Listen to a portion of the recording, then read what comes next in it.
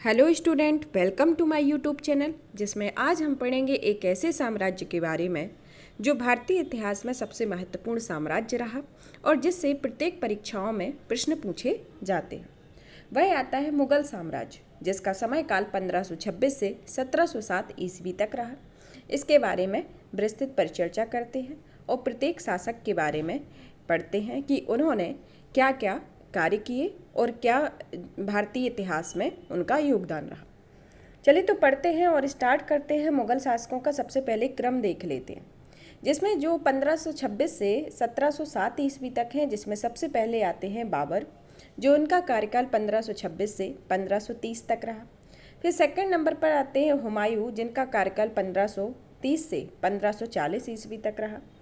फिर आता है तीसरे नंबर पर शेरशाह एवं उनके उत्तराधिकारी, जिनका कार्यकाल 1540 से 1555 ईस्वी तक रहा। फिर चौथे नंबर पर हुमायूं की फिर से वापसी होती है, जो 15 से 55 से 1556 तक रहते हैं और एक ही साल तक इनका कार्यकाल चलता है। फिर 1526 से 1605 के बीच में अकबर का कार्यकाल आता है। फिर जहांगीर का कार्यकाल 1605 से 1627 ईस्वी में, शाहजहां का कार्यकाल 1627 से 1658 ईस्वी में और औरंगजेब का कार्यकाल 1658 से 1707 ईस्वी में। तो इनका क्या सीक्वेंस है? सबसे पहले आते हैं बाबर, फिर हुमायूं, फिर शेरशाह एवं उसके उत्तराधिकारी, फिर अकबर आते हैं, फिर जहांगीर, फिर शाहजहां और फिर औरंगजेब। तो ये इसके साथ जो मुगल शासक हैं वह आते हैं। अब एक एक से पढ़ना स्टार्ट करते हैं और देखते हैं कि किस शासक का क्या कार्यकाल रहा, कि क्या इन्होंने अपना योगदान दिया, कौन कौन से युद्ध लड़े, इन सब के बारे में पढ़ते हैं। जैसे सबसे पहले बाबर आते हैं। बाबर, जिनका कार्यकाल 1526 से 1530 ईस्वी तक रहा, उनके संदर्भ में पढ़ते हैं कि देख लेते हैं सबसे पहले तो ये कि मुगल वंश का संस्थापक कौन था। मुगल वंश का संस्थापक बाबर ही था, जिन्होंने बाबर एवं उत्तरवर्ती मुगल शासक तुर्क एवं सुन्नी मुसलमान थे, जिन्होंने बाबर ने मुगल वंश की स्थापना के साथ ही पद बादशाही की स्थापना की, जिसके तहत शासक को बादशाह कहा जाता था। तो यह बाबर के संदर्भ में। अब बाबर के कार्यकाल में देखते हैं कि सबसे पहले बाबर का जन्म 1483 ईस्वी में, फरवरी 1483 ईस्वी में हुआ था, जिनके पिता उमर शेख मिर्जा फरगाना नामक छोटे राज्य के शासक थे और बाबर फरगाना की गद्दी पर 8 जून 1494 को ईस्वी में बैठा। तो इसके संबंध में सबसे इम्पोर्टेंट पॉइंट क्या है? पहला इम्पोर्टेंट पॉइंट आता है कि बाबर का जन्म 1483 ईस्वी में हुआ था और इनके पिता उमर शेख मिर्जा फरगाना जो नामक छोटे राज्य के शासक थे और इनको 8 जून 1494 में यह गद्दी पर बैठे। अब बाबर ने 1507 ईस्वी में बादशाह की उपाधि धारण की और जिसे अब तक किसी तैमूर शासक ने धारण नहीं की थी। बाबर के 4 पुत्र थे, जिसमें आते हैं पहला हुमायूं, दूसरा कामरान, तीसरा अस्करी और चौथे हिंदाल। तो बाबर के कितने पुत्र थे? 4। हुमायूं, कामरान, अस्करी, हिंदाल। बाबर ने 5 बार आक्रमण किया और भारत के विरुद्ध किया और प्रथम अभियान 1519 ईस्वी में यूसुफ जाई जाति के विरुद्ध था। मतलब जो बाबर ने 5 बार भारत पर आक्रमण किए, जिसमें से पहला जो अभियान था 1519 में जो अभियान आया वह यूसुफ जाई जाति के विरुद्ध था और इस अभियान को बाजार और भीरा ने अपने अधिकारियों के लिए में कर लिया था। अब आता है पानीपत के प्रथम युद्ध के बारे में, जो भारतीय इतिहास में सबसे महत्वपूर्ण युद्ध रहा। पानीपत का प्रथम युद्ध तोगलमा नीति, युद्ध नीति एवं तोपखाने का प्रयोग किया गया। तो इसमें रिलेटेड क्वेश्चन पूछा जाता है कि सबसे पहले तोपखाने का प्रयोग किस युद्ध में किया गया? तो यह पानीपत के युद्ध में किया गया। उस्ताद अली और मुस्तफ़ा बाबर 2 प्रसिद्ध निशानेबाज थे, जिन्हें पानीपत के प्रथम युद्ध में भाग लिया था। कौन से? उस्ताद अली और मुस्तफ़ा बाबर के 2 प्रसिद्ध निशानेबाज थे। अब बाबर के द्वारा लड़े गए प्रमुख युद्धों में आते हैं, जैसे पहला पानीपत का प्रथम युद्ध कब लड़ा गया? 21 अप्रैल 1526 को। किसके बीच में? बाबर और इब्राहिम लोदी के बीच में, जिसमें बाबर विजयी रहा। तो इसमें पानीपत के युद्ध में भी बाबर विजयी हो रहा। फिर आता है खानवा का युद्ध। खानवा का युद्ध जो 17 मार्च 1527 ईस्वी में राणा सांगा और बाबर के बीच हुआ, जिसमें बाबर विजयी रहा। फिर आता है चंदेरी का युद्ध। चंदेरी का युद्ध को 29 जनवरी 1528 ईस्वी में लड़ा गया, जो मैदनी राय और बाबर के बीच हुआ, जिसमें बाबर विजयी रहा। फिर आता है घाघरा का युद्ध, जिसमें 6 मई 1529 को हुआ और जो अफगानों एवं बाबर के बीच हुआ, जिसमें बाबर विजयी रहा।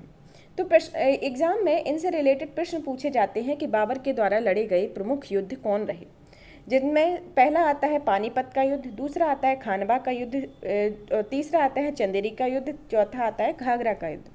पानीपत का युद्ध 21 अप्रैल 1526 को इब्राहिम लोदी और बाबर के बीच हुआ। खानवा के युद्ध 17 मार्च 1527 से राणा सांगा और बाबर के बीच हुआ। चंदेरी का युद्ध 29 जनवरी 1528 को हुआ जो मेदिनी राय और बाबर के बीच हुआ। फिर घाघरा का युद्ध 6 मई 1529 को हुआ जो अफगानी और बाबर के बीच हुआ, जिसमें चारों युद्धों में बाबर विजयी रहा। तो इसके बाबर के द्वारा ये लड़े गए प्रमुख युद्ध रहे, जिससे रिलेटेड एग्जाम में हमेशा क्वेश्चन पूछे जाते हैं। इनका सीक्वेंस पूछा जाता है और इनको एक क्रम में व्यवस्थित करने के लिए भी इससे रिलेटेड क्वेश्चन पूछे जाते हैं। अब आता है इब्राहिम लोदी मध्यकाल का प्रथम शासक था जो युद्ध स्थल में मारा गया था। तो जो इब्राहिम लोदी मध्यकाल का प्रमुख शासक था जो युद्ध स्थल में मारा गया, इसके साथ ही उनका मित्र जो था वह ग्वालियर के राजा विक्रमजीत से युद्ध में मारा गया था। अब इसको नोट के रूप में पढ़ते हैं कि हुमायूं ने कोहिनूर हीरा ग्वालियर के दिवंगत राजा विक्रमजीत के परिवार से ही प्राप्त किया था। तो जो कोहिनूर हीरा हुमायूं के पास था वह किससे प्राप्त किया था? ग्वालियर के दिवंगत राजा विक्रमजीत से प्राप्त किया था, जिनकी ग्वालियर में युद्ध स्थल में ही उनको मारा गया था।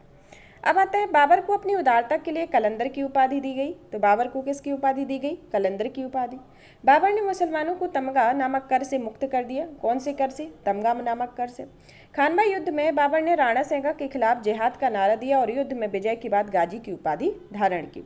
जब खानवा युद्ध में बाबर ने राणा सांगा के खिलाफ जिहाद का नारा दिया था, तब उसी समय युद्ध में विजय के बाद उसे गाजी की उपाधि दी गई और 30 जनवरी 1528 को जहर दे देने के कारण राणा सांगा की मृत्यु हो गई।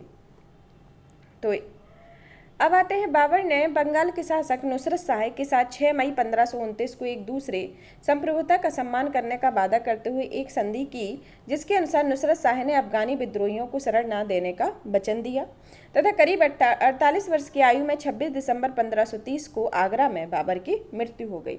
तो कहाँ पर बाबर की मृत्यु हुई? आगरा में। प्रारंभ में बाबर के शव को आगरा के आरामबाग में दफनाया गया और बाद में काबुल में उसका चुने गए स्थान पर दफनाया गया। इससे रिलेटेड है, बाबर की जो मातृभाषा थी वह तुर्की थी, लेकिन वह अरबी और फारसी का अच्छा ज्ञाता था। तो बाबर की मातृभाषा क्या थी? तुर्की थी और जो अरबी एवं फारसी का ज्ञाता था। फिर बाबर ने अपनी आत्मकथा बाबरनामा तुर्की में रचना की और जिसका अनुवाद बाद में फारसी भाषा में अब्दुल रहीम खाना ने किया था। और अपनी आत्मकथा में बाबर ने औपचारिक बागों की योजनाओं और उनके बाग बनाने में अपनी रुचि का वर्णन किया और अक्सर ये बाग दीवारों से घिरे होते थे। ये कृत्रिम नहरों द्वारा 4 भागों में विभाजित आयताकार अहातों में स्थित थे, जहाँ समान हिस्से में बटे होने के कारण इन्हें 4 बाग कहा जाता है। तो यह बाबर की 4 बाग शैली थी और 4 बाग बनाने की परंपरा की शुरुआत अकबर के समय में हुई थी। बाबर को मुबैयान नामक पद्म शैली का जन्मदाता भी कहा जाता है। बाबर प्रसिद्ध नक्शबंदी सूफी ख्वाजा उबैदुल्ला अहरार का अनुयायी था और बाबर का उत्तराधिकारी हुमायूं रहा, जिसमें से 4 पुत्र थे। 4 पुत्रों में से बाबर का जो उत्तराधिकारी हुआ हुमायूं हुआ। अब पढ़ते हैं हुमायूं के बारे में कि हुमायूं के बारे में क्या क्या रहा। और जो हुमायूं का सबसे पहले तो शासनकाल के बारे में देखते हैं। हुमायूं का शासनकाल 1530 से 1540 ईस्वी तक रहा, जिसमें सबसे पहले पढ़ते हैं कि हुमायूं की क्या कार्यकाल में क्या क्या चीज़ें हुई और उसके गद्दी पे बैठने के पहले कहाँ सूबेदार था, इसके बारे में पढ़ते हैं। सबसे पहले पढ़ते हैं कि नसरुद्दीन हुमायूं 29 दिसंबर 1530 को आगरा में 23 वर्ष की अवस्था में सिंहासन पर बैठा। कब बैठा था सिंहासन पर? 23 वर्ष की अवस्था में आगरा में सिंहासन पर बैठा। और पहले यह गद्दी पर बैठने के पहले हुमायूं बदख खां का सूबेदार था, यहाँ का सूबेदार था। और उसने अपने पिता के निर्देश के अनुसार हुमायूं ने अपने राज्य का बंटवारा अपने भाइयों में कर दिया। इसमें कामरान को काबल और कांधार, मिर्जा अस्करी को संभल, मिर्जा हिंदाल को अलवर और मेवाड़ की जागीरें दी और अपने चचेरे भाई सुलेमान मिर्जा को हुमायूं ने बदख्शां प्रदेश दिया, जहाँ का वह पहले सूबेदार था। और 1533 ईस्वी में हुमायूं ने दीनपनाह नामक एक नए नगर की स्थापना की। तो दीनपनाह नामक नगर की स्थापना कब की गई? 1533 ईस्वी में हुमायूं के द्वारा। तो हुमायूं के द्वारा लड़े गए युद्ध में आता है चौसा का युद्ध और कन्नौज का युद्ध। चौसा का युद्ध, कन्नौज का युद्ध, बिलग्राम का युद्ध, इसी तरह के युद्ध लड़े गए। चौसा का युद्ध जो 25 जून 1539 ईस्वी में शेर खां और हुमायूं के बीच लड़ा गया, इस युद्ध में शेर खां विजयी रहा और इसी युद्ध के बाद शेर खां ने शेरशाह की पदवी धारण की थी। बिलग्राम या कन्नौज का युद्ध 17 मई 1540 ईस्वी में शेर खां या हुमायूं के बीच हुआ। इस युद्ध में भी हुमायूं पराजित रहा और शेर खां ने आसानी से आगरा और दिल्ली पर कब्जा कर लिया। तो ये चौसा के युद्ध में चौसा का युद्ध 15 जून 1539 ईस्वी में शेर खां और हुमायूं के बीच हुआ, जिसमें शेर खां विजयी रहा। इसके बाद ही उन्हें शेरशाह की उपाधि धारण की। बिलग्राम या कन्नौज का युद्ध 17 मई 1540 ईस्वी में शेर खां और हुमायूं के बीच हुआ, जिसमें हुमायूं पराजित हुआ और पुनः शेर खां विजयी रहा, जिसने आसानी से आगरा और दिल्ली पर कब्जा कर लिया। बिलग्राम के युद्ध के बाद हुमायूं सिंध चला गया, जहां से उन्हें 15 वर्षों तक घुमक्कड़ों जैसा निर्वासित जीवन व्यतीत किया। निर्वासन के समय हुमायूं ने हिमदाल के आध्यात्मिक गुरु भारसवासी सिया मीर बाबा दोस्त उर्फ मीर अली अकबर जामी की पुत्री हमीदा बानो बेगम से 29 अगस्त 1541 को निकाह कर लिया और कालांतर में हमीदा से ही अकबर जैसे महान सम्राट का जन्म हुआ। तो अकबर का जन्म किस बेगम के उससे हुआ? हमीदा बानो बेगम से अकबर का जन्म हुआ। अब आता है 1555 ईस्वी में हुमायूं ने पंजाब में सूरी शासक सिकंदर को पराजित कर पुनः दिल्ली पर बैठा। मतलब सूरी शासक सिकंदर को पराजित कर उसने पुनः वह दिल्ली पर कब बैठा? 1555 ईस्वी में। हुमायूं द्वारा लड़े गए 4 युद्धों का प्रमुख क्रम है। जैसे कौन से युद्ध हैं? पहला देवरा का युद्ध जो 1531 ईस्वी में लड़ा था। चौसा का युद्ध 1539 ईस्वी में लड़ा था। बिलग्राम का युद्ध 1540 ईस्वी में लड़ा गया था और चौथा युद्ध सरहिंद का युद्ध 1555 ईस्वी में लड़ा गया था। और बाबर के द्वारा लड़ी गई युद्धों में कौन सा युद्ध था? पहला युद्ध था पानीपत का प्रथम युद्ध जो 21 अप्रैल 1526 को लड़ा गया था। दूसरा खानवा का युद्ध जो 17 मार्च 1527 ईस्वी में लड़ा गया था और चंदेरी का युद्ध 29 जनवरी 1528 ईस्वी को लड़ा गया था और घाघरा का युद्ध 6 मई 1529 को लड़ा गया था। और हुमायूं के द्वारा लड़े गए 4 युद्ध में आता है देवरा का युद्ध जो देवरा 1531 ईस्वी में लड़ा गया, चौसा का युद्ध 1539 ईस्वी में, बिलग्राम का युद्ध 1540 ईस्वी में और सरहिंद का युद्ध 1555 ईस्वी में लड़ा गया। 1 जनवरी 1556 में दीनपनाह भवन में स्थित पुस्तकालय की सीढ़ियों से गिरने के कारण हुमायूं की मृत्यु हो गई। हुमायूं के बारे में इतिहासकार लैनपुर ने कहा है कि हुमायूं गिरते पड़ते इस जीवन से मुक्त हो गया और ठीक उसी तरह जिस तरह तमाम जिंदगी वह गिरते पड़ते चलता रहा था। हुमायूं नामा की रचना गुलबदन बेगम ने की थी तथा हुमायूं ज्योतिष में विश्वास करता था, इसलिए इसे सप्ताह के 7 दिन 7 रंग के कपड़े पहनने के नियम बनाए गए थे हुमायूं के द्वारा। अब पढ़ते हैं शेरशाह एवं उनके उत्तराधिकारियों के बारे में, जिनका कार्यकाल 1540 से 1555 के बीच रहा है। 1540 से 1555 के बीच शेरशाह का शासनकाल रहा, जिसके संदर्भ में पढ़ते हैं कि शेरशाह जो था वह शेरशाह सूर साम्राज्य का संस्थापक या अफगानी वंशीय शेरशाह सूरी था। किस वंश का संस्थापक था? सूर साम्राज्य का संस्थापक था। इसे डॉक्टर के अरकानुल्लाह के अनुसार हरियाणा प्रांत के नारगौल ये स्थान पर इब्राहिम के पुत्र हसन के घर 1486 ईस्वी में शेरशाह का जन्म हुआ था।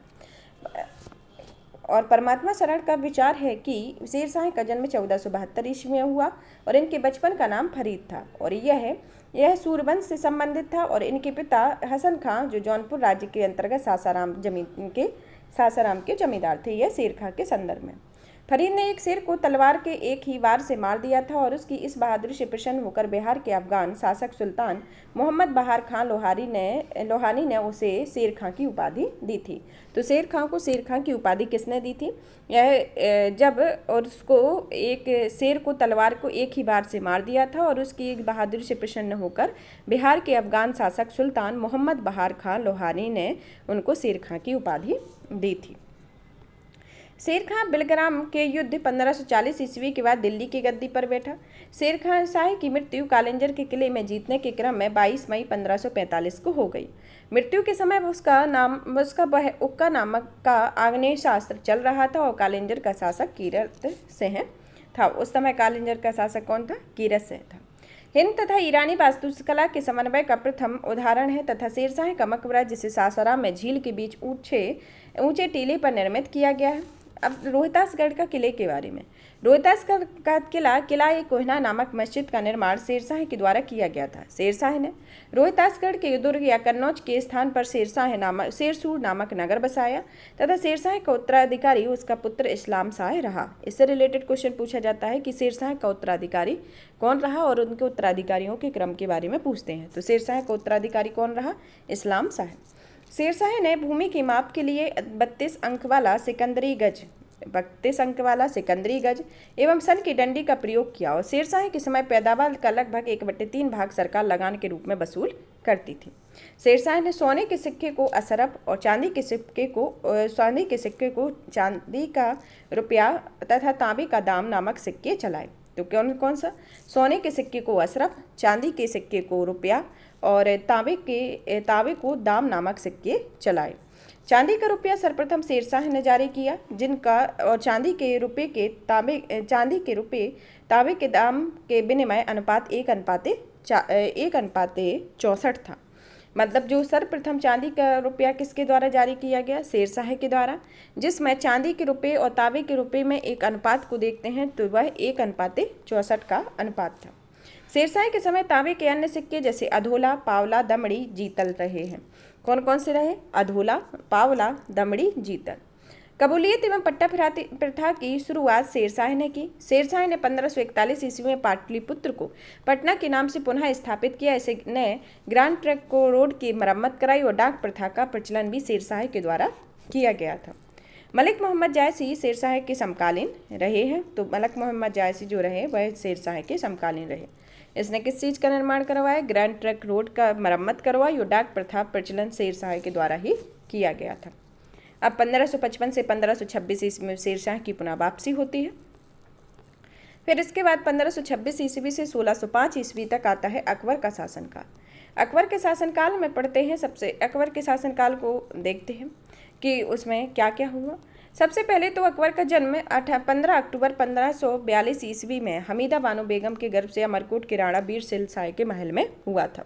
तो अकबर का जन्म कहाँ हुआ था? अमरकोट के राणा वीर सिंह शाह के महल में 15 अक्टूबर 1542 को हमीदा बानो बेगम के गर्भ से।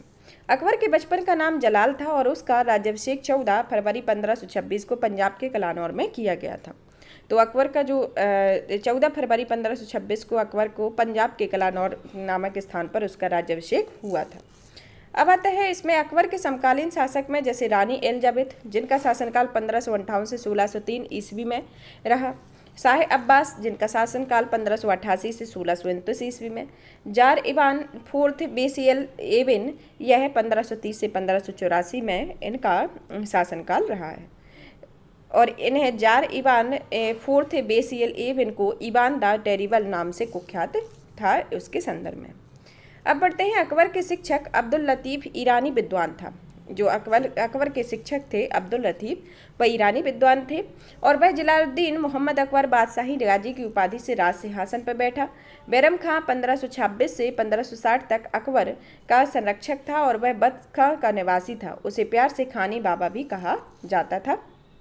बैरम खां के संदर्भ में पानीपत की दूसरी लड़ाई अकबर के समय में 15 नवंबर 1526 को हुई और प्रथम युद्ध कब हुआ था पानीपत का? 21 अप्रैल 1526 को इब्राहिम लोदी और बाबर के बीच और द्वितीय युद्ध पानीपत का 5 नवंबर 1556 ईस्वी को अकबर और हैमू के बीच हुआ।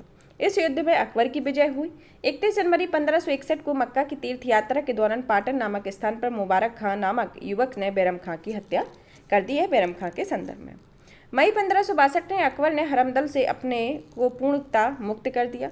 हल्दी घाटी के युद्ध के बारे में। हल्दी घाटी का युद्ध 18 जून 1576 ईस्वी को मेवाड़ के शासक महाराणा प्रताप और अकबर के बीच हुआ था। इस युद्ध में अकबर विजयी रहा और इस युद्ध में मुगल सेना का नेतृत्व मान से एवं आसफ खां के द्वारा किया गया और अकबर का सेनापति मान से था। तो इसके हल्दी घाटी के युद्ध के संदर्भ में हल्दी घाटी का युद्ध के समय कुंभलगढ़ राणा प्रताप का राजधानी थी और राणा की ओर से इस युद्ध में हाकिम खासूर के नेतृत्व में एक अफगान फौजी टुकड़ी और भीलों की एक छोटी सी सेना ने भाग लिया था।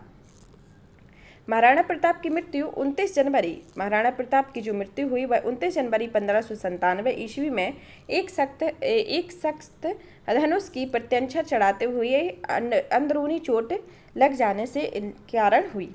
हल्दी घाटी के युद्ध के बाद राणा प्रताप ने डूंगरपुर के एक निकट चावड़ में एक नई राजधानी बनाई तथा महाराणा प्रताप के घोड़े के नाम चेतक था तथा हाथी का नाम राम प्रसाद था। यह महाराणा प्रताप के संदर्भ में। अब पढ़ते हैं दीन इलाही। दीन इलाही धर्म का प्रधान पुरोहित अकबर हुआ करता था तथा दीन इलाही धर्म को स्वीकार करने वाला प्रथम एवं अंतिम हिंदू शासक बीरबल था और महेश दास नामक ब्राह्मण को राजा बीरबल की पदवी दी गई थी जो हमेशा अकबर के साथ रहते थे। अकबर ने जैन धर्म का जैनाचार्य हरिविजय सूरी को जगत गुरु की उपाधि प्रदान की। अकबर ने शाही दरबार में एक अनुष्ठान के रूप में सूर्योपासना शुरू की। राजस्व प्राप्ति की जब्ती प्रणाली अकबर के शासनकाल में प्रचलित थी और अकबर के दीवान राजा टोडरमल ने 1580 ईस्वी में दहशल बंदोबस्त व्यवस्था लागू की। गुजरात विजय के दौरान अकबर सर्वप्रथम पुर्तगालियों से मिला और यहीं उसने सर्वप्रथम समुद्र को देखा था। यह अकबर के संदर्भ में तथा गुजरात अभियान में इतिहासकार स्मिथ ने संसार के इतिहास का सर्वाधिक दूरगामी युद्ध कहा गया है। तो इतिहासकारों ने गुजरात के अभियान को किसका कहा है? सर्वाधिक दूरगामी आक्रमण कहा है। अकबर के दरबार में प्रसिद्ध चित्रकार अब्दुल समद रहे तथा इसमें प्रसिद्ध संगीतकार तानसेन थे। तो चित्रकार कौन थे? अब्दुल समद और संगीतकार तानसेन। अकबर द्वारा जीते गए प्रदेशों में जैसे आते हैं पहले नंबर पर मालवा के द्वारा, जिसमें बाज बहादुर वहाँ का शासक था जो 1561 ईस्वी में आदम खां और पीर मोहम्मद इसके मुगल सेनापति रहे। चुनार जो अफगानों का शासक था। आमिर मेड़ता गोंडवाना मेवाड़ रणथंबोर कालिंजर मारवाड़ जैसलमेर बीकानेर गुजरात बिहार एवं बंगाल काबुल कश्मीर उड़ीसा सिंध बलूचिस्तान कंधार। यह अकबर के द्वारा जो जीते गए प्रदेश थे उसमें आते हैं। कौन कौन से? जैसे मालवा, चुनार, आमेर, मेड़ता, गोंडवाना, मेवाड़, रणथंबोर, कालिंजर, मारवाड़, जैसलमेर, बीकानेर, गुजरात, बिहार व बंगाल, काबुल, कश्मीर, उड़ीसा, सिंध, बलूचिस्तान और कंधार आते हैं। दक्षिण भारत में के प्रदेशों में कौन कौन से रहे? दक्षिण भारत के प्रदेशों में आते हैं खानदेश, दौलताबाद, अहमदनगर और असीरगढ़। तो यहाँ पर इसने दक्षिण भारत में 4 प्रदेश जिसमें खानदेश, दौलताबाद और अहमदनगर और असीरगढ़ को जीता इसके संदर्भ में। अब अकबर के संदर्भ में कुछ महत्वपूर्ण कार्य किए गए जिसमें कार्य और उनका वर्ष रहा, जिससे रिलेटेड क्वेश्चन पूछे जाते हैं। जैसे कि पहले दास प्रथा का अंत किया गया। दास प्रथा का अंत 1562 ईस्वी में किया गया।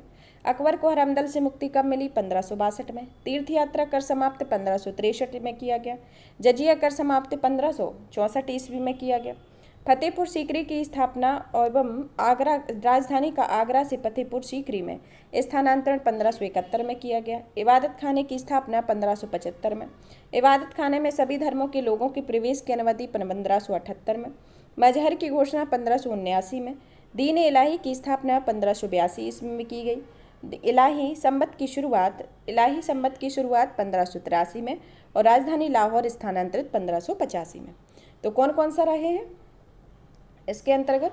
जैसे दास प्रथा के संदर्भ में दास प्रथा का अंत 1562 में हुआ। अकबर को हरमदल से मुक्ति 1562 में मिली। तीर्थ यात्रा कर समाप्त 1563 में हुआ। जजिया कर समाप्त 1564 में। फतेहपुर सीकरी की स्थापना एवं राजधानी का आगरा से फतेहपुर सीकरी में स्थानांतरण 1571 में हुआ। इबादत खाने की स्थापना 1575 में हुई। इबादत खाने में सभी धर्मों के लोगों के प्रवेश की अनुमति 1578 में की गई। मजहर की घोषणा 1579 में। दीन इलाही की स्थापना 1582 में। इलाही संबत की शुरुआत 1583 में और राजधानी लाहौर स्थानांतरित 1585 में की गई इसके संदर्भ में। अकबर के समय के जो चित्रकार रहे उनके 2 चित्रकार रहे। दसवंत और वसावन अकबर के समय के प्रसिद्ध चित्रकार रहे। अकबर के शासनकाल में प्रमुख गायक तानसेन, बाज बहादुर, बाबा अमरदास और बेजू बावरा थे तथा संगीत सम्राट तानसेन के बारे में संगीत सम्राट तानसेन का जन्म ग्वालियर के एक ब्राह्मण परिवार में हुआ था। इनका असली नाम रामतनु पांडे था। वह ध्रुपद गायन शैली के महान संगीतकार थे और इनकी प्रमुख कृतियों में जैसे मियाँ की तोड़ी, मियाँ का मल्हार, मियाँ का सारंग और दरबारी कानरे आते हैं। कंठाभरण वाणी विलास की उपाधि अकबर ने तानसेन को दी और तथा तानसेन अकबर के दरबार में आने के पूर्व रीवा के राजा रामचंद्र के आश्रय में थे। अकबर के काल में स्वामी हरिदास भी एक महान संगीतज्ञ थे। ये वृंदावन में रहकर भगवान की उपासना करते थे। एक मत के अनुसार हरिदास तानसेन के गुरु थे, जबकि कुछ विद्वान हरिदास एवं तानसेन दोनों को मानसेन तोमर का शिष्य बतलाते थे। यह प्रचलित है कि हरिदास का गाना सुनने के लिए अकबर को इनकी कुटिया में जाना पड़ा था, क्योंकि अकबर के दरबार में जाने से उन्होंने मना कर दिया था। इनका कहना था कि वे केवल अपने भगवान के लिए गाते हैं और दरबार में उनका कोई सरोकार नहीं है। तो इसके संदर्भ में है, यह तानसेन और हरिदास के संदर्भ में कहा गया। अब आता है दास्तान ए अमीर हमजा या हमजानामा, प्रसिद्ध अरबी महाकाव्य के नाम से प्रसिद्ध है। यह मुगल चित्रकला की सबसे पहली अत्यंत महत्वपूर्ण कृति है। इसमें हजरत मोहम्मद साहब के चाचा अमीर हमजा के वीरतापूर्ण कारनामों का चित्रण किया गया संग्रह और इस पांडुलिपि का चित्रण मीर सैयद अली पर्यवेक्षण और अब्दुल समद के नेतृत्व में ग्वालियर, गुजरात, लाहौर, कश्मीर, मालवा से बुलाए गए 100 चित्रकारों के एक समूह ने किया। हमजानामा को चित्रित करने का कार्य हुमायूं के काल से प्रारंभ हुआ था और अकबर के काल में पूर्ण हुआ। तो इसको किसके द्वारा किया गया? इसके लिए दास्तान ए अमीर हमजा को हमजानामा के नाम से प्रसिद्ध है। तो इसको चित्रशाला में सबसे पहली अत्यंत महत्वपूर्ण कृति है। इसे हजरत मोहम्मद साहब के चाचा अमीर हमजा के वीरतापूर्ण कारनामों का चित्रित संग्रह है, जो पांडुलिपि का चित्रण मीर सैयद अली और अब्दुल समद के नेतृत्व में ग्वालियर, गुजरात, लाहौर, कश्मीर और मालवा के द्वारा बुलाए गए लगभग 100 चित्रकारों के एक समूह ने किया है। और हमजानामा को चित्रित करने का जो कार्य हुमायूं के काल में प्रारंभ हुआ था, वह अकबर के काल में आते आते पूर्ण हो गया। इस काल को पूरा करने में 15 वर्ष लगे और इसे अंतिम रूप से चित्रित करने का कार्य अब्दुल समद और ने किया और इस चित्र को चित्रपट्ट कहा गया है। अकबर के शासनकाल की प्रमुख विशेषताओं की मनसबदारी प्रथा है। अकबर के समकालीन प्रसिद्ध सूफी संत शेख सलीम चिश्ती थे। अकबर की मृत्यु 16 अक्टूबर 1605 में हुई और इसे आगरा के निकट सिकंदरा में दफनाया गया था। तो अकबर को कहाँ पर दफनाया गया था? सिकंदरा में। स्थापत्य कला के क्षेत्र में अकबर की महत्वपूर्ण कृतियों में जैसे कि दिल्ली में हुमायूं का मकबरा, आगरा का लाल किला, फतेहपुर सीकरी में स्याही महल, दीवाने खास, पंच महल, बुलंद दरवाजा, जोधाबाई का महल, इबादत खाना, इलाहाबाद का किला और लाहौर का किला है अकबर के संदर्भ में। अकबर के दरबार में सुशोभित करने वाले 9 रत्न आते हैं, जिनके अंतर्गत जैसे अबुल फजल, फैजी, तानसेन, बीरबल, टोडरमल, राजा मानसिंह, अब्दुल रहीम खाने खाना, फकीर अजरुद्दीन और मुल्ला दो प्याजा, इसके 9 रत्न अकबर के दरबार के सुशोभित 9 रत्न रहे। अबुल फजल का बड़ा भाई फैजी अकबर के दरबार में राजकवि के रूप में आसीन था और अबुल फजल ने अकबरनामा ग्रंथ की रचना की, जिसे दीन इलाही धर्म का मुख्य पुरोहित था। तो अकबरनामा की ग्रंथ की रचना किसने की? अबुल फजल ने। अकबर ने भगवान दास या आमेर के राजा भारमल के पुत्र को अमीर उल उमरा की उपाधि दी तथा यूसुफ जाइयों के विद्रोह को दबाने के लिए बीरबल की हत्या हो गई थी। तो बीरबल की हत्या कब हुई? यूसुफ जाइयों के विद्रोह को दबाने के लिए उस समय पर हुई। 1602 ईस्वी में सलीम या जहांगीर के निर्देशन में दक्षिण से आगरा की ओर आ रहे अबुल फजल को रास्ते में बीर सिंह बुंदेला नामक सरदार ने हत्या कर दी और मुगल सम्राट अकबर ने अनुवाद विभाग की स्थापना की। तो मुगल सम्राट अकबर ने किसकी स्थापना की? एक अनुवाद विभाग की स्थापना की, जिसमें नवकीब खां, अब्दुल कादिर बदायूं तथा शेख सुल्तान ने रामायण एवं महाभारत की फारसी अनुवाद किया तथा महाभारत का नाम रज्मनामा या युद्धों की पुस्तक रखा है। पंचतंत्र का फारसी भाषा में अनुवाद अबुल फजल ने अनवर ए सादत नाम से तथा मौलाना हुसैन फैज ने यार ए दानिश नाम से किया। हाजी इब्राहिम सरहदी ने अथर्ववेद का, मुल्ला साहेब मोहम्मद ने राजतरंगिणी का, अब्दुल रहीम खान ने तुजुक बाबरी का और फैजी ने लीलावती का फारसी में अनुवाद किया। तो कौन कौन सा? पंचतंत्र का फारसी में अनुवाद अबुल फजल ने अनवर ए सादत नाम से, मौलाना हुसैन फैज ने यार ए दानिश नाम से किया, हाजी इब्राहिम सरहिंदी ने अथर्ववेद का, मुल्ला साहेब मोहम्मद ने राजतरंगिणी का, अब्दुल रहीम खान ने तुजुक बाबरी का और फैजी ने लीलावती का फारसी में अनुवाद किया। फैजी ने नल दमयंती जो सूरदास द्वारा रचित है कथा का फारसी में अनुवाद कर उसका सहेली रखा। भागवत पुराण का अनुवाद फारसी में टोडरमल ने किया। अब्दुल कादिर बदायूं ने सिंहासन बत्तीसी अनुवाद फारसी में किया। सिंहासन बत्तीसी का फारसी में अनुवाद किया। ज्योतिष के प्रसिद्ध ग्रंथ तजक या तुजुक का फारसी अनुवाद जहां-ए-जफर नाम से मोहम्मद खां गुजराती ने किया। निजामुद्दीन पानीपत ने रामायण के परिशिष्ट के रूप में योग वशिष्ठ का फारसी में अनुवाद किया। अकबर के काल में हिंदी साहित्य का स्वर्णकाल कहा जाता था। अकबर ने बीरबल को कवि प्रिय और नरहरि को महापात्र की उपाधि दी थी। तो किसको अकबर ने बीरबल को किस चीज़ की उपाधि दी थी? कवि प्रिय की, और नरहरि को महापात्र की। बुलंद दरवाजा का निर्माण अकबर ने गुजरात विजय के उपलक्ष्य में कराया था तथा 4 बाग बनाने की परंपरा अकबर के समय में हुई। अकबर ने सीरी कलम की उपाधि अबुल समद को और जड़ी की उपाधि मोहम्मद हुसैन कश्मीरी को दी थी। और उस समय जो मुगलों की राजकीय भाषा थी वह फारसी थी। अकबर नक्कारा या नगाड़ा नामक वाद्य यंत्र बजाता था। मुगल मुद्रा व्यवस्था की सुव्यवस्थित रूप प्रदान करने का श्रेय अकबर को प्राप्त है तथा उसकी एक सिक्के पर कलम में की जगह अल्लाह उ अकबर जल्ले उल जलाहू तथा दूसरी ओर टकसाल का नाम अंकित था। उसके चांदी के एक अन्य सिक्के के रूप में एक भाग पर धनुर्धारी राम और राम के पीछे सीता की प्रतिमाएं अंकित हैं और ऊपर राम सिंह शब्द अंकित है। इनके संदर्भ में अकबर ने असीरगढ़ के विजय की स्मृति में अपने सिक्कों पर बाज की आकृति अंकित करवाई। इसके संदर्भ में रहा है। तो अकबर के संदर्भ में ये युद्ध हुए। इन्होंने किसको कौन सी उपाधि दी और अकबर के नौरत्न के बारे में, सभी के बारे में हमने विस्तृत परिचर्चा की। अब पढ़ते हैं जहांगीर के शासनकाल के समय में। जहांगीर का शासनकाल आता है 1605 से 1627 ईस्वी में। इनके शासनकाल में क्या क्या घटनाएं हुई उनके बारे में पढ़ते हैं। सबसे पहले तो अकबर जो जहांगीर का जन्म कब हुआ? जहांगीर का जन्म अकबर के उत्तराधिकारी सलीम था।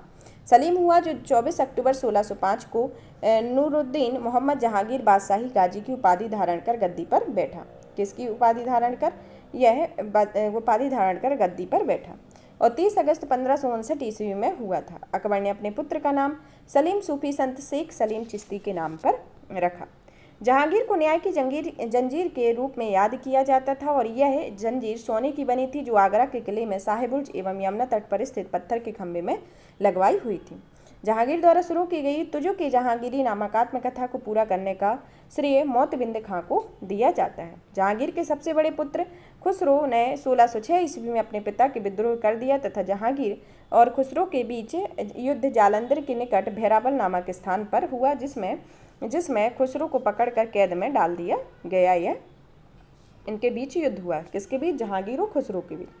खुसरो की सहायता देने के कारण जहांगीर ने सिखों के 5वें गुरु अर्जन देव को फांसी दिलवा दी और खुसरो शुरू में गोविंदवाल में से मिला था। खुसरो गुरु से गोविंदवाल से मिला हुआ था। तो कौन से सिखों के कौन से गुरु की फांसी दिलवा दी? गुरु अर्जन देव जो 5वें गुरु रहे। अहमदनगर के वजीर मलिक अंबर के विरुद्ध सफलता से खुश होकर जहांगीर ने खुर्रम और को शाहजहां की उपाधि से प्रदान की। तो जहांगीर ने खुर्रम को शाहजहां की उपाधि दी। यह उसके संदर्भ में।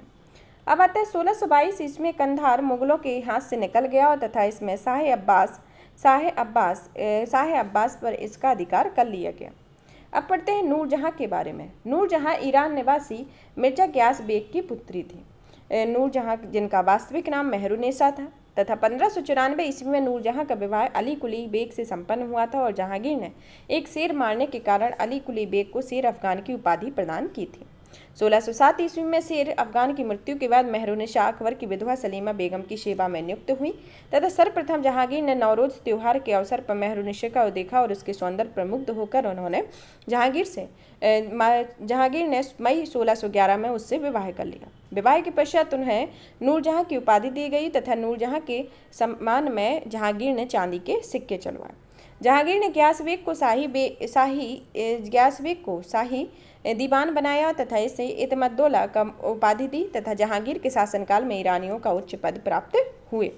लाडली बेगम शेर अफगान एवं मेहरुन्निसा की पुत्री थी और जिसकी शादी जहांगीर के पुत्र शहरयार के साथ हुई थी। नूरजहां की माँ असमत बेगम ही जो गुलाब के इत्र निकालने की विधि खोजी थी उन्होंने। तो गुलाब के इत्र निकालने की विधि किसने खोजी थी? नूरजहां की माँ असमत बेगम ने। महावत खां के संदर्भ में महावत खां ने झेलम नदी के तट पर 1626 ईस्वी में जहांगीर, नूरजहां तथा उनके भाई आसफ खां को बंदी बना लिया। जहांगीर के 5 पुत्र हुए जिनमें से पहला आता है खुसरो, दूसरे परवेज, तीसरे खुर्रम और चौथे शहरयार और 5वें जहांदार था। 28 अक्टूबर 1627 को भीमबार नामक स्थान पर जहांगीर की मृत्यु हो गई और इसे शहादरा लाहौर में रावी नदी के किनारे दफनाया गया। मुगल चित्रकला अपने चरमोत्कर्ष पर जहांगीर के समय में पहुंची तथा जहांगीर के समय के प्रमुख चित्रकार में जैसे आज आगा रजा, अब्दुल हसन, मोहम्मद नासिर, मोहम्मद मुराद, उस्ताद मंसूर, बिशनदास, मनोहर एवं गोवर्धन, फारूक बेद और दौलत रहे। जहांगीर ने आगा रजा के नेतृत्व में आगरा में एक चित्रणशाला की स्थापना की थी। मुगल शासकों में सर्वप्रथम जहांगीर ने ही राजा की आकृति युक्त सिक्के जारी किया था और इसके समय निशार चांदी का सिक्का था जो रुपये की 1/4 के बराबर होता था। उस्ताद मंसूर और अबुल समद को जहांगीर ने क्रमशः नादिर उल उस तथा नादिरुज्जमा की उपाधि प्रदान की तथा इससे संस्कृत के कवि जगन्नाथ को पंडित राज की उपाधि दी। तो किसको? पंडित राज को जगन्नाथ को पंडित राज की उपाधि दी गई। जहांगीर ने अपनी आत्मकथा में लिखा है कि कोई भी चित्र चाहे वह किसी मृत व्यक्ति का हो या जीवित व्यक्ति का बनाया गया, मैं उसे देखते ही तुरंत बता सकता हूँ कि वह किस चित्रकार की कृति है। यदि किसी चेहरे पर आँख किसी एक चित्रकार ने और भौहें किसी और ने बनाई है तो यह जान लेता हूँ कि आँख किसने और भौहें किसने बनाई है। यह जो जहांगीर ने अपनी आत्मकथा में इसका उल्लेख किया है।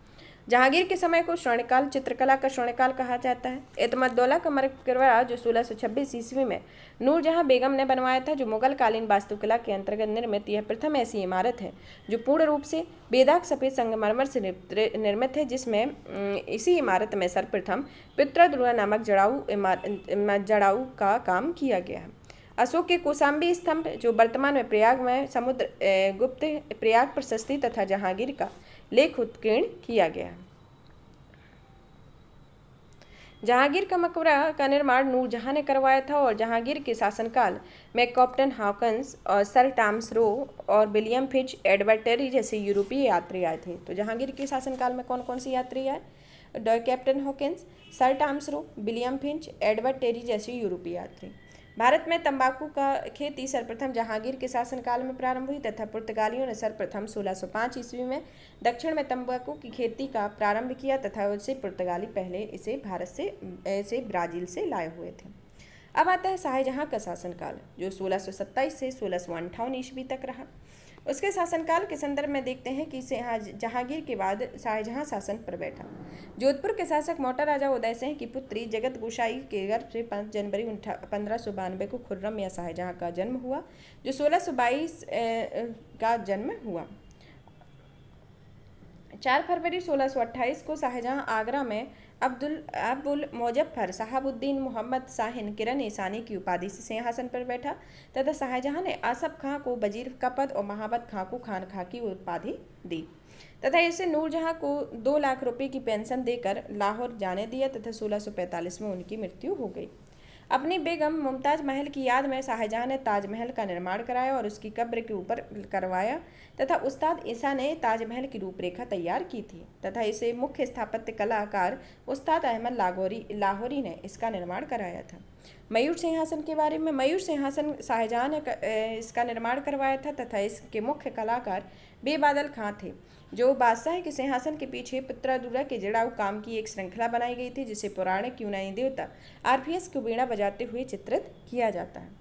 शाहजहां के शासनकाल को स्थापत्य का स्वर्ण युग कहा जाता है और शाहजहां द्वारा बनाई गई इमारतों में आती है जैसे दिल्ली का लाल किला, दीवान आम, दीवान खास, दिल्ली की जामा मस्जिद, आगरा की मोती मस्जिद, ताजमहल और लाहौर का शीश महल आदि आता है। हुमायूं के मकबरे को ताजमहल का पूर्ववर्ती भी माना जाता है। शाहजहां ने 1632 ईस्वी में अहमदनगर को मुगल साम्राज्य में मिला लिया और 1638 ईस्वी में अपनी राजधानी को आगरा से दिल्ली लाने के लिए यमुना नदी के दाहिने तट पर शाहजहानाबाद की नींव रखी तथा आगरे में जामा मस्जिद का निर्माण शाहजहां की पुत्री जहां आरा ने करवाया था तथा शाहजहां के दरबार में प्रमुख चित्रकार मोहम्मद फ़कीर मीर हासिन थे, जो प्रमुख संस्कृत कवि बंशीधर मिश्र तथा हरिनारायण मिश्र थे। शाहजहां के संगीतक लाल खां को गुड़ समंदर की उपाधि एवं संगीतज्ञ जगन्नाथ को हिंदी का कवि भी कहा जाता था को महाकवि राय की उपाधि से सम्मानित किया गया। शाहजहां के पुत्रों में दारासिकों सर्वाधिक विद्वान था। इसमें इन्होंने भगवद गीता, योग वशिष्ठ उपनिषद, रामायण का अनुवाद फारसी में कराया तथा सर-ए-अकबर या महान रहस्य नामक से उपनिषदों का अनुवाद भी करवाया था। दारासिकों कादरी सिलसिले में मुल्ला साहेब बदख्शी का शिष्य था। शाहजहां ने दिल्ली में एक कॉलेज का निर्माण तथा दारुल बका नामक कॉलेज की मरम्मत कराई तथा सितंबर 1657 ईस्वी में शाहजहां ने गंभीर रूप से बीमार पड़ने से मृत्यु की अफवाह फैलने के कारण उसके पुत्रों के बीच उत्तराधिकारी का युद्ध छिड़ गया। उस समय सूजा बंगाल, मुराद गुजरात और औरंगजेब दक्कन में था। इसके संदर्भ में है वे 15 अप्रैल 1658 को दारा और औरंगजेब के बीच धरमट का युद्ध हुआ। इस युद्ध में दारा की विजय हुई। सामूगढ़ का युद्ध 29 मई 1658 को दारा और औरंगजेब के बीच हुआ। इसमें दारा की हार हुई। उत्तराधिकारी का अंतिम युद्ध देवराई का युद्ध मार्च 1659 में हुआ, जो इस युद्ध में दारा पराजित हुआ और 30 अगस्त 1659 में हत्या कर दी गई। दारा शिकोह ने अपने निर्वासित जीवन को अलवर के काकड़ीवर्णी किला में बताया था तथा इसका निर्माण जयसिंह सेकंड के द्वारा किया गया था। शाह बुलंद इकबाल के रूप में दारा शिकोह को जाना जाता था तथा 8 जून 1658 को औरंगजेब ने शाहजहां को बंदी बना लिया तथा आगरा के किले में अपनी कैदी जीवन में 8वें वर्ष अर्थात 22 जनवरी 1666 को 74 वर्ष की अवस्था में शाहजहां की मृत्यु हो गई। अब आप पढ़ते हैं औरंगजेब के बारे में। औरंगजेब, जिसका कार्यकाल 1658 से 1707 ईस्वी का आता है। 1658 से 1707 के बीच में औरंगजेब का जन्म 24 अक्टूबर 1618 ईस्वी में दोहाद, गुजरात में हुआ था। औरंगजेब के बचपन का अधिकांश समय नूरजहां के पास बीता तथा 18 मई 1637 को फारस के राजघराने में दिलरास बानो बेगम के साथ औरंगजेब का निकाह हुआ था। आगरा पर का कब्जा किया गया। औरंगजेब के गुरु मीर मोहम्मद हकीम थे। औरंगजेब ने सुन्नी धर्म को मानता था, जिसे जिंदा पीर कहा जाता था तथा जयसिंह और शिवाजी के बीच पुरंदर की संधि हुई, जो 22 जून 1665 को हुई। मई 1666 को आगरा के किले में दीवान आम में औरंगजेब के समक्ष शिवाजी उपस्थित हुए, जहां शिवाजी की कैद कर जयपुर भवन रखा गया तथा इस्लाम नहीं स्वीकार करने के कारण सिखों के गुरु 9वें गुरु तेग बहादुर की हत्या औरंगजेब के द्वारा 1675 में दिल्ली में करवा दी गई थी। औरंगजेब ने 1679 ईस्वी में जजिया कर को लागू कर दिया गया। जजिया कर वह कर होता है जो गैर मुस्लिमों पर लगाया गया कर होता है, किंतु ब्राह्मण, संत, वृद्ध, निर्धन, पागल, अपविवेक से स्त्रियों से यह नहीं लिया जाता है। और भारत में सर्वप्रथम मीर कासिम ने 712 ईस्वी में सिंध की विजय के बाद जजिया कर की वसूली प्रारंभ की थी और फिर फिरोज शाह तुगलक ने ब्राह्मणों से जजिया वसूला था। और मुगल काल में बाबर एवं हुमायूं के काल में जजिया प्रचलित था, किंतु अकबर ने 1564 में बंद कर दिया और औरंगजेब ने 1659 ईस्वी में सर्वप्रथम मारवाड़ में जजिया की वसूली का आदेश दिया। उसके पश्चात राज्य के अन्य भागों में भी वसूला जाने लगा और अंतिम रूप से इसकी समाप्ति मोहम्मद शाह के समय में 1720 में हुई। यह जजिया कर से संबंधित है।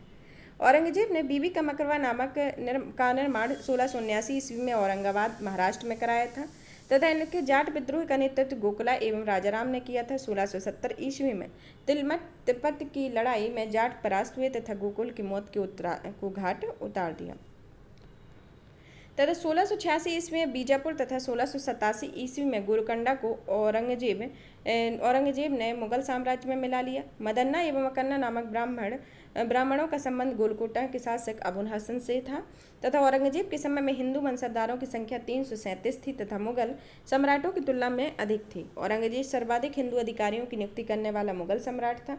औरंगजेब का पुत्र अकबर ने दुर्गादास के बहकावे में आकर अपने पिता के खिलाफ विद्रोह किया था। औरंगजेब ने कुरान को अपना शासन के आधार पर बनाया और इसने सिक्के पर कलमा खुदवाना, नवरोज का त्यौहार बनाना, भांग की खेती करना, गाना बजाना, झरोखा दर्शन, तुलादान प्रथा में सम्राट को उसके जन्मदिन पर सोने, चांदी तथा अन्य वस्तुओं से तोलने की प्रथा थी। हिंदू राजाओं के माथे पर अपने हाथ से तिलक लगाना, सती प्रथा आदि पर प्रतिबंध लगा दिया तथा वेश्याओं को शादी करने तथा उस देश छोड़ने के लिए आदेश दिए गए। दरबार में होली, दिवाली त्योहारों बनाने पर बंदी कर दिया गया। औरंगजेब ने दरबार में संगीत पर पाबंदी लगा दी तथा सरकारी संगीतज्ञों को अवकाश दे दिया तथा भारतीय शास्त्रीय संगीत पर फारसी में सबसे अधिक पुस्तकें और औरंगजेब के ही शासनकाल में लिखी गई थी और औरंगजेब स्वयं बीड़ा बजाने में दक्ष था। तो औरंगजेब ने 1665 ईस्वी में हिंदू मंदिरों को तोड़ने का आदेश दिया तथा इसके शासनकाल में तोड़े गए प्रमुख मंदिरों में पाटन का सोमनाथ मंदिर, बनारस का विश्वनाथ मंदिर, वीर सिंह देव द्वारा जहांगीर काल में मथुरा से निर्मित केशव देव राय मंदिर है। औरंगजेब की मृत्यु 20 फरवरी 1707 को ही इसे खुलदाबाद, जो अब रोजा कहलाता है, में दफनाया गया और औरंगजेब के समय सूबों की संख्या 20 थी। औरंगजेब दारुल हर्ब जो काफिरों का देश को दारुल इंसलाम जो इस्लाम का देश में परिवर्तित करने का एक महत्वपूर्ण लक्ष्य मानता था तथा में फ्रांसीसी यात्री फ्रैंकोइस बार्नियर और औरंगजेब के चिकित्सक रहे हैं। तो यह कौन सी औरंगजेब के चिकित्सक रहे?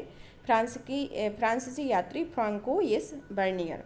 औरंगजेब के शासन में मुगल सेना में सर्वाधिक हिंदू सेनापति भी थे। अब पढ़ते हैं मुगल शासन व्यवस्था के बारे में। मुगल शासन व्यवस्था किस तरीके से थी, इसके बारे में पढ़ते हैं कि किस तरीके से इन्होंने शासन किया।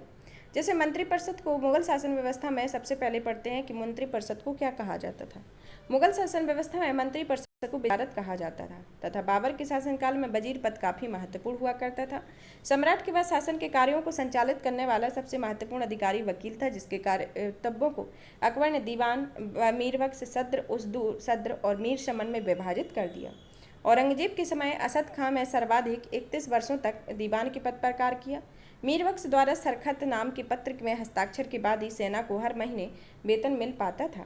जब कभी सद्र न्याय विभाग के प्रमुख कार्य करता था तब काजी कहा जाता था। लगानहीन भूमि को निरीक्षक या सद्र कहते थे और सद्र करता था तथा सम्राट के घरेलू विभागों का प्रधान मीर शमा कहलाता था।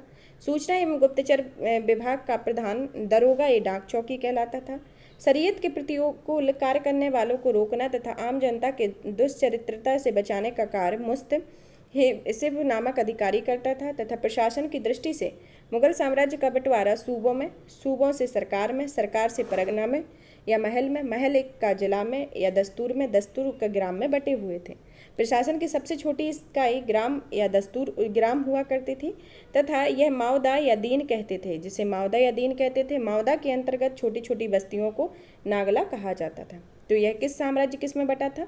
सूबों में, सूबे सरकार में, सरकार परगना में, परगना जिले या दस्तूर ग्राम में, और जिसमें सबसे छोटी इकाई ग्राम थी तथा जिसे मावदा या दी कहते थे, और मावदा के अंतर्गत छोटी छोटी बस्तियों को नागला कहा जाता था। मुगल साम्राज्य के प्रमुख उत्तराधिकारियों में जैसे सूबेदार जो होता है वह प्रांतों में शांति स्थापित करता है। दीवान प्रांतीय राजस्व का प्रधान होता था। बख्शी प्रांतीय सैन्य प्रधान होता था। फौजदार जिले का प्रधान फौजी अधिकारी। आमिल या अमलगुजार जिले का प्रमुख राजस्व अधिकारी। कोतवाल नगर प्रधान। सिकदार परगने का प्रमुख अधिकारी और आमिल ग्राम के कृषकों से प्रत्यक्ष संबंध बनाने वाला लगान अधिकारी होता था। शाहजहां के शासनकाल में सरकार एवं परगना के मध्य चकला नामक एक नई इकाई स्थापित की। कौन सी इकाई? चकला नामक एक इकाई की स्थापना की गई।